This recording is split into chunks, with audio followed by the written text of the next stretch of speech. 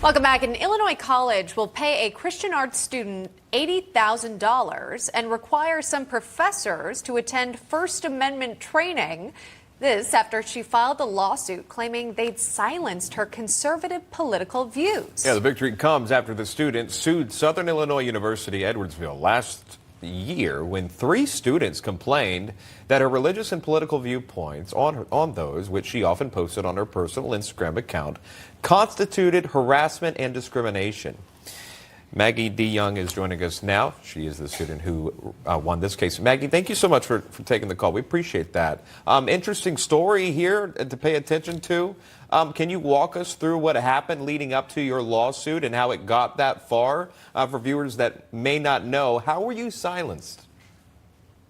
Well, thank you for having us on, first of all. I was in my final semester of my 3-year graduate program for art therapy counseling, and in learning to be an art therapist, we engaged in classroom discussions in which we discussed current events and contentious issues such as race relations and Marxism and critical race theory. And I respectfully participated with the mindset that this was a marketplace of ideas, not just an echo chamber for one ideology. So I was alarmed when I did receive 3 no-contact orders that were essentially restraining orders. And what they said is that there was no rule or policy that I had violated, but that I needed to comply with these orders. Wow. I think we've got some of the posts, so we just wanted to share with our viewers. Again, social media, it's a place where a lot of people share what they're thinking. Looks like maybe, Maggie, this was an Instagram story. Correct me if I'm wrong here. But again, has to do with something on January 6th at the U.S. Capitol. Some people apparently took an issue with them, that they were emotional and harmed them, worried about as future counselors and mental health advocates. You face censorship for this. Could you explain what we're seeing here, some of these comments and posts?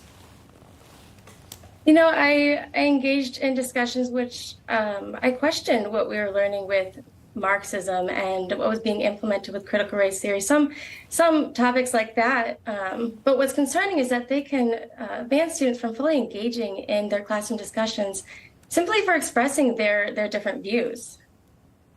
Yeah, I wanted to go to something else that is kind of unique. Under this agreement that was reached in the lawsuit, Defending Freedom attorneys will conduct a First Amendment training session with 3 professors. Your thoughts on that? I went into this with the mindset of not wanting what happened to me to happen to anybody else. It was extremely difficult.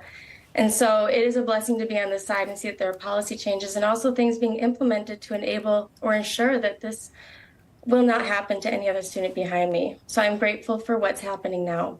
Wow, really a trailblazer, again, with this case, wanting to have open dialogues. We talk often about diversity of appearances, of races and religion, but diversity of thought on college campus is not often what we hear typically. And what was the reaction just from some fellow students? Obviously, there was enough of an issue initially, but after this case and lawsuit has been finished out, and now these professors have to go to the training, what's it been like?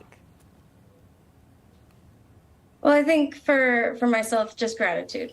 I think gratitude that this is being implemented. I can't speak for anybody else but myself in this, and I am just very grateful. Maggie, what's next for you now? When I first entered the program, God had placed on my heart to preserve the innocence of children, and I can joyfully say that that's where He has me. I'm working and providing art therapy for adolescent girls who have been sex trafficked, and I'm so blessed to be here. Wow. Well, quite remarkable. We appreciate that Maggie DeYoung sharing her story. Maggie, thank you so much.